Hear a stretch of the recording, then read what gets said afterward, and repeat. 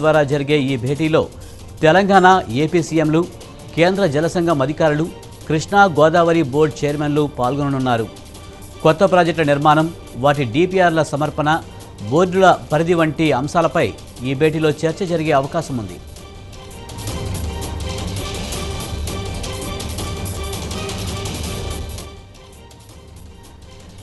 Apex council భేటీలో కేంద్రం ముందు లేవనెత్తాల్సిన అంశాలపై ముఖ్యమంత్రి కేసీఆర్ ఇప్పటికే పలుమార్లు ఇంజనీర్లతో చర్చించారు. కేంద్రం తీరును గట్టిగా ఎండగట్టేలా నివేదికలు సిద్ధం చేశారు. ముఖ్యంగా కేంద్రం తీరు వల్లే వివాదాలు పెరిగాయని, వారి పట్టింపు లేనితనం వల్లే అవి ముదురుతున్నాయన్న అంశాలను ఎపెక్స్ భేటీలో ఎత్తి చూపాలని నిర్ణయించారు. అంతర్రాష్ట్ర నదీ వివాదాల చట్టంలోని సెక్షన్ 3 మేరకు ఏ రాష్ట్రమైనా ఫిర్యాదు చేసిన ఏడాదిలో పరిష్కారం చూపాలని, లేని పక్షంలో అవే అంశాలతో ట్రిబ్యునల్కు సిఫార్సు చేయాలని స్పష్టంగా ఉన్నా అలాంటి చర్యలేమీ తీసుకోవడం లేదంటున్న రాష్ట్రం ఈ అంశాలపై కేంద్రాన్ని కడిగేయాలని నిర్ణయించింది. కృష్ణా పరివాహక ప్రాంతం తెలంగాణలో 68.5% ఉన్న నీటి కేటాయింపులు మాత్రం మొత్తం కేటాయింపుల్లో కేవలం 35% మాత్రమే ఉన్నాయని, తెలంగాణలో ఉన్న ఆయకట్టు ప్రాంతం 62.5% లెక్కలోనికి తీసుకుంటే ప్రస్తుత కేటాయింపులు మాత్రం సరిపోవని తెలంగాణ ఇప్పటికే కేంద్రం దృష్టికి తెచ్చింది.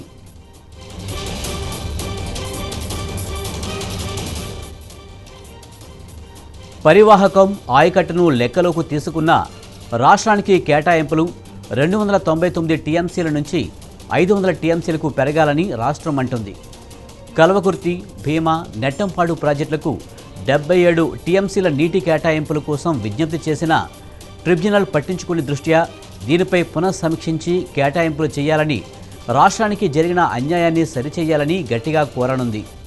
ఇక రాష్ట్ర పునర్వ్యవస్థీకరణ చట్టంలో సెక్షన్ 89A, సెక్షన్ Bలకు సంబంధించి ప్రాజెక్టుల వారీగా నీటి కేటాయింపులు ఎలా ఉండాలి, నీటి లోటు ఉన్నప్పుడు నీటి కేటాయింపులు జరపాలన్నది బ్రజేష్ కుమార్ ట్రిబ్యునల్ నిర్ణయించాల్సి ఉంటుంది.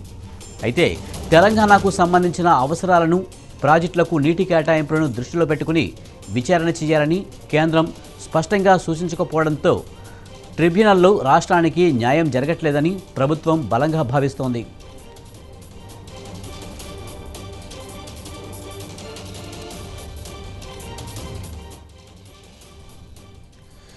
ఈ అంశాలనే ప్రధాన అస్త్రాలుగా ఎపెక్స్ భేటీలో కేంద్రాన్ని నిలదీయాలని సీఎం కేసీఆర్ నిర్ణయించారు.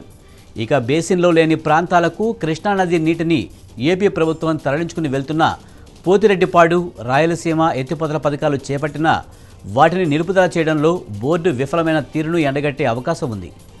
రాయలసీమ ఎత్తిపోతల పథకం పేరిట పోతిరెడ్డిపాడు హెడ్ రెగ్యులేటర్ కాలువలను విస్తరించడంపై అభ్యంతరం తెలపడంతో పాటు వాటిని ఆపించేలా ఒత్తిడి తీసుకురానుంది. కృష్ణా గోదావరి బేసిన్లలో కొత్త ప్రాజెక్టులేమీ లేవని, అవన్నీ పాత ప్రాజెక్టులేనని నిరూపించే జీవోలు, అనుమతుల వివరాలతో తెలంగాణ సిద్ధమైంది.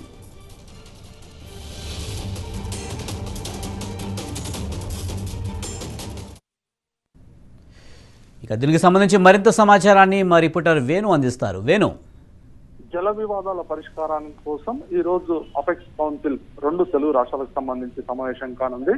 దీనికి సంబంధించి ఇప్పటికే తెలంగాణ ముఖ్యమంత్రి కేసీఆర్ ప్రగతి భవన్ నుండి వీడియో కాన్ఫరెన్స్ ద్వారా ఈ సమావేశంలో పాల్గొంటుండగా, మరోవైపు జగన్మోహన్ రెడ్డి ఆంధ్రప్రదేశ్ సీఎం ఇప్పటికే ఢిల్లీ చేరుకున్నారు. ఢిల్లీలో నుండి వీడియో కాన్ఫరెన్స్ ద్వారా ఈ సమావేశంలో పాల్గొనున్నారు. ఇక జల వివాదాలపై తెలుగు రాష్ట్రాలు 2 కూడా తమ వాదనతో సిద్ధమయ్యాయి. ఇప్పటికే ఏదైతే జరిగేటువంటి ఈ మరికొద్దిసేపట్లో జరిగేటువంటి అపెక్స్ కౌన్సిల్ సమావేశంలో గట్టిగా వాదనలు వినిపించాలని చెప్పి కూడా 2 రాష్ట్రాలు కూడా భావిస్తూ ఉన్నాయి. అయితే ఈ ప్రధానంగా 4 అంశాలను ఎజెండాగా నిర్ణయించినప్పటికీ వీటికి అనుబంధంగా అనేక అంశాలు చర్చకు వచ్చే అవకాశం ఉంది. అపెక్స్ కౌన్సిల్ ఎజెండాలో గురించి ఇప్పటికే కేంద్ర జలశక్తి మంత్రి గజేంద్ర సింగ్ షెకావత్ కృష్ణా గోదావరి నది యాజమాన్య బోర్డు, కేంద్ర జలశక్తి అధికారులతో ఇప్పటికే చర్చించడం జరిగింది. తెలంగాణ, ఆంధ్రప్రదేశ్ లేవనెత్తే అవకాశం ఉన్న అంశాలు, తెలంగాణ సీఎం లేఖలో ప్రస్తావించిన విషయాల గురించి కూడా ఇప్పటికే చర్చించి రెడీగా ఉన్నారు. బోర్డు ఏర్పడి 6 ఏళ్లు దాటినా ఇప్పటి వరకు పరిధిని నోటిఫై చేయకపోవడం, దీంతో తలెత్తున్న సమస్యల గురించి, అలాగే దీనిపై రాష్ట్రాల అభిప్రాయాలు ఏ విధంగా ఉన్నాయి తదితర అంశాలను ఈ రోజు కేంద్ర మంత్రి తెలుసుకోనున్నారు. పరిధి నోటిఫై చేయాల్సిన అవసరం ఉందని అభిప్రాయపడ్డట్టు కూడా ఇప్పటికే ఒక రకంగా డిసైడ్ అయినట్టు కూడా తెలుస్తోంది. ముఖ్యంగా బ్రిజేష్ ట్రిబ్యునల్ ప్రాజెక్టుల వారీగా చూసుకుంటే కేటాయింపులు చేయకుండా పరిధిని నోటిఫై చేయాల్సిన అవసరం ఉందని చెప్పేసి తెలంగాణ పేర్కొంటుండగా నోటిఫై చేయాలని చెప్పి ఆంధ్రప్రదేశ్ కూడా కోరుతుంది. ఇప్పటికే నాగార్జున సాగర్తో పాటు శ్రీశైలం ప్రాజెక్టు నిర్వహణను తమకే అప్పగించాలని తెలంగాణ డిమాండ్ చేయాలని డిసైడ్ అయింది. 2 ప్రాజెక్టుల నిర్వహణను పూర్తిగా బోర్డుకి అప్పగించాలని ఏపీ కోరనున్నట్లు మనకు ఉన్నటువంటి సమాచారం. ఈ సందర్భంగా పోతిరెడ్డిపాడు నుంచి నీటిని మళ్లించి రాయలసీమ ఎత్తిపోతల పథకం గురించి తెలంగాణ, అలాగే పాలమూరు, రంగారెడ్డి, డిండి ఎత్తిపోతల తదితర ప్రాజెక్టుల గురించి ఆంధ్రప్రదేశ్ లేవనెత్తే అవకాశం ఉంది. ప్రాజెక్టుల డిపిఆర్ ఇవ్వాల్సిందేనని దీనిపై కూడా ఇప్పటికే సమావేశంలో ఇప్పటి వరకు జరిగినటువంటి సంబంధిత అధికారుల సమావేశంలో కూడా కేంద్ర మంత్రి కోరడం జరిగింది. అయితే ప్రాజెక్టులన్నీ ఉమ్మడి ఆంధ్రప్రదేశ్ లో చేపట్టినవేనని, కొత్తగా చేపట్టకుండా డిపిఆర్లు ఎలా ఇస్తామని చెప్పి తెలంగాణ ప్రశ్నిస్తోంది. ఇక కృష్ణా బేసిన్ లో ఇప్పటికే ఉన్న ట్రిబ్యునల్ కొనసాగుతుందని, గోదావరిలో మాత్రం 2 ముఖ్యమంత్రులు అంగీకారానికి రాకపోతే కొత్త ట్రిబ్యునల్ ఏర్పాటు అవసరం ఉందని చెప్పేసి కేంద్రం కూడా భావిస్తోంది. గోదావరి నుంచి కృష్ణాలోకి మళ్లించే నీటి వాటా విషయంలో తేల్చే బాధ్యతను ఇప్పుడు ట్రిబ్యునల్ కి వదిలిపెట్టే అవకాశం ఉన్నట్లు కూడా మనకు సమాచారం. ముఖ్యంగా ఏదైతే మరోవైపు కేంద్రం ఆంధ్రప్రదేశ్ లపై విమర్శలు గుర్తించు ఈ నెల 2న తెలంగాణ ముఖ్యమంత్రి కేసీఆర్ ఏదైతే ఒక లేఖ రాయడం జరిగింది, దానికి సంబంధించి ఇప్పటికే నీటిపారుదల శాఖ అధికారులతో ముఖ్యమంత్రి కేసీఆర్ కూడా చర్చించారు. అంతర్రాష్ట్ర జల వివాద చట్టం 1956లోని సెక్షన్ 3 ప్రకారం కృష్ణా జలాలపై విచారణ జరపాలని అపెక్స్ కౌన్సిల్లో గట్టిగా వాదన వినిపించాలని తెలంగాణ భావిస్తుంది.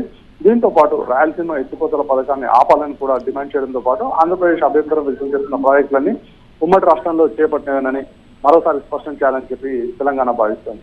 ఇక ఏదైతే ఆంధ్రప్రదేశ్ ముఖ్యమంత్రి జగన్మోహన్ రెడ్డి మాత్రం ఇక ఏపీ భవన్ నుంచి అధికారులతో కలిసి వీడియో కాన్ఫరెన్స్ ద్వారా ఈ కౌన్సిల్ సమావేశంలో పాల్గొంటారు.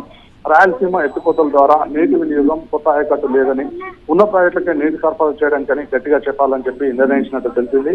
తెలంగాణలో ప్రాజెక్టులో శ్రీశైలంలో 800 అడుగుల నుంచి నీటి తీసుకోవచ్చని, కానీ ఏపీలోని ప్రాజెక్టులకు ఆ వెసులుబాటు లేదని, అందుకే రాయలసీమ ఎత్తిపోతల ఆవశ్యకతను వివరించాలని చెప్పి కూడా ఆంధ్రప్రదేశ్ ముఖ్యమంత్రి భావిస్తున్నారు. మరోవైపు ఏదైతే కృష్ణానది యాజమాన్య బోర్డును ఆంధ్రప్రదేశ్ కు తరలించాల్సి ఉంది, గతంలో విజయవాడకు తరలించాలనే ప్రస్తావన ఉన్నది. ఇప్పుడు కర్నూలు, వైజాగ్ గురించి కూడా చర్చ జరుగుతుంది.